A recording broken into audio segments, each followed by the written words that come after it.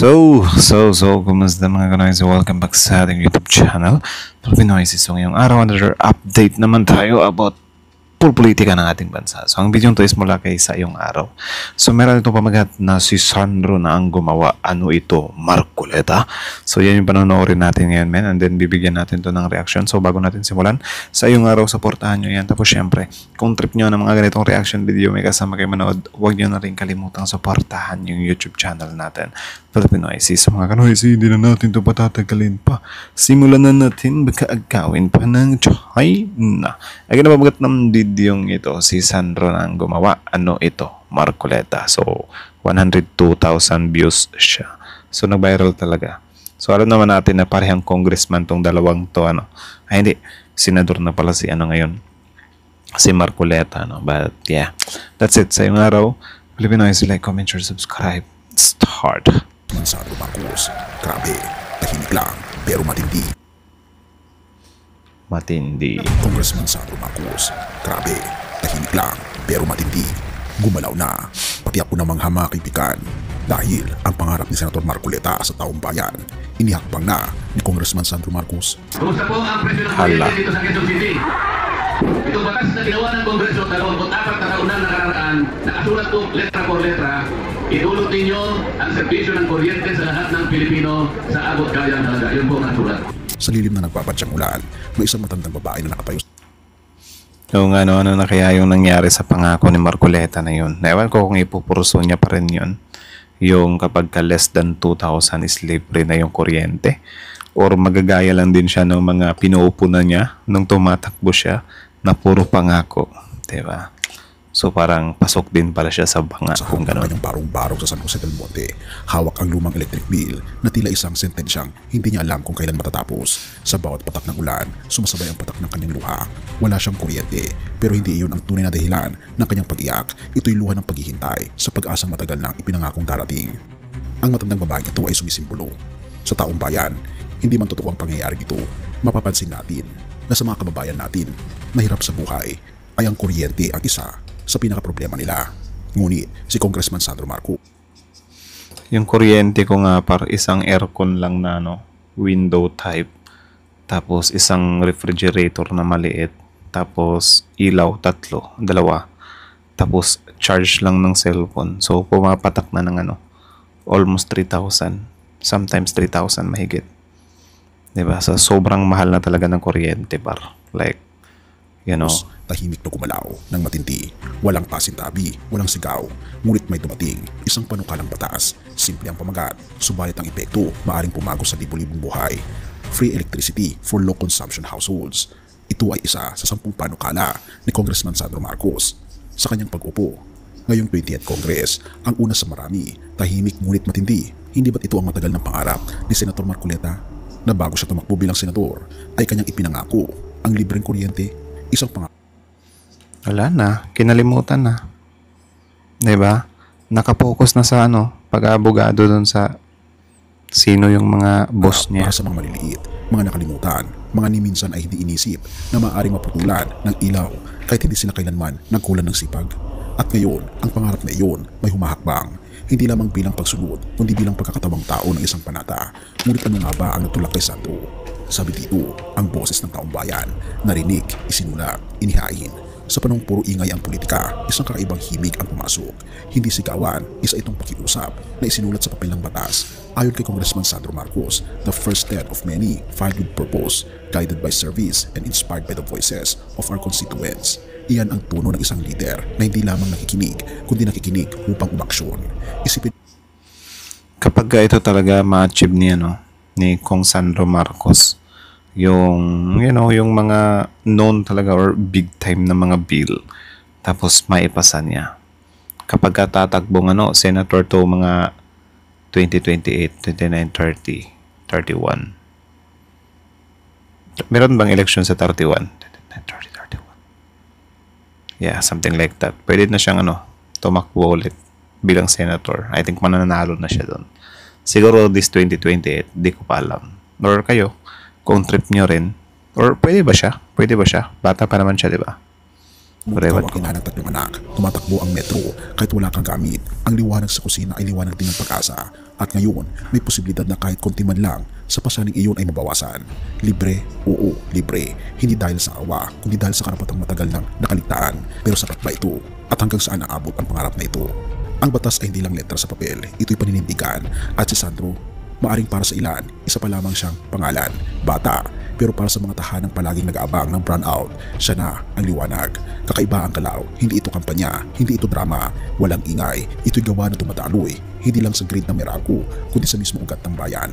At sa likod ng bawat pagpirma niya sa panukalang ito, may tinig ng isang matandang senador na matagal ng pangarap ito. Kay Senator Marcoleta, hindi ba't minsan mo na rin...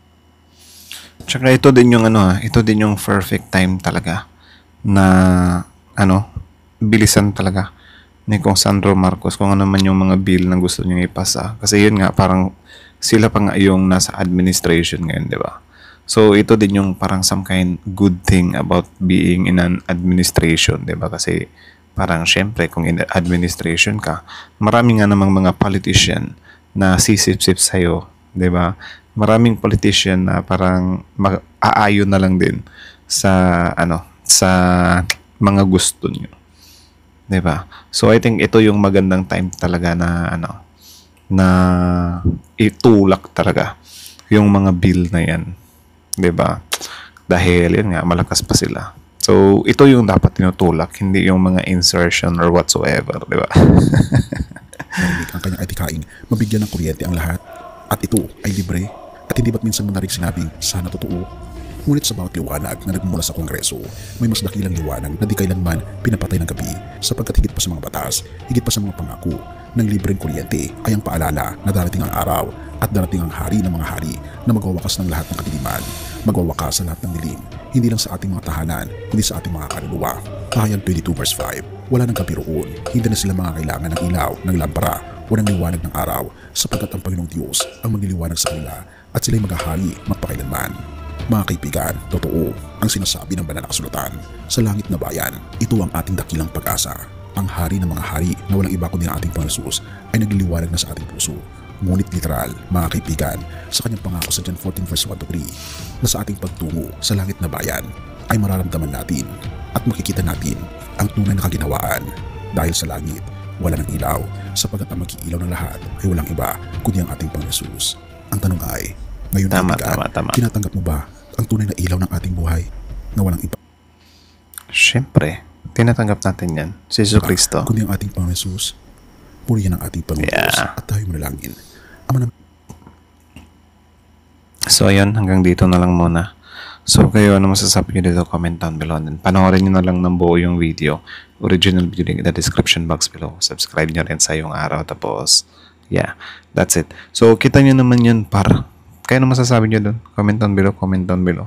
So, ito yung pagkakaiba ni Sandro na, pinupush niya talaga. Diba? Tsaka, yun nga, since sila pa yung some kind, ngayon, part of admin, diba? Na parang nasa kanila yung majority. I think yun yung tamang word. Majority is sumasangayon sa kanila. Ito yung tamang time talaga na mapa-approve kung ano man yung gusto niyang itulak na mga bills, di ba? Parang dagdag resume niya rin yon. So, nga nila yung impeachment ni Bibi Sara, di ba? Ito pa kaya na para sa taong bayan. So, yung kay Marcoleta naman, yun nga, nung dati na parang nasabi nga natin na parang grabe, sobrang labo nun, pero bakit mo binitawan yung salita na yun? Ang pagkakaiba kasi nun, for example, si Sandro Marcos, itinulak niya ngayon yung bill na libreng kuryente or whatsoever. Hindi niya naman pinagmayabang or wala siyang nilait or tinapakan na tao nung sabihin niya yun. Ang gusto niya lang, may isa katuparan yun. So, parang gagawin niya lahat ng best niya, magagawa niya para maipatupad niya yun. Unlike Marcoleta kasi, nung time na yun, nung tumakbo siya, question niya, diba? Like, bago siya nangako, question niya yung mga politiko na pangako lang daw na napapako. Diba? So, question niya yun. Nasa puro pangako. Diba? Puro pangako. Dapat pa igawa. So, ito na yung nangyayari. Diba? Actually, parang dinay niya na nga ito eh. Diba? Pero di mo rin talaga mawawala na pinangako niya yun.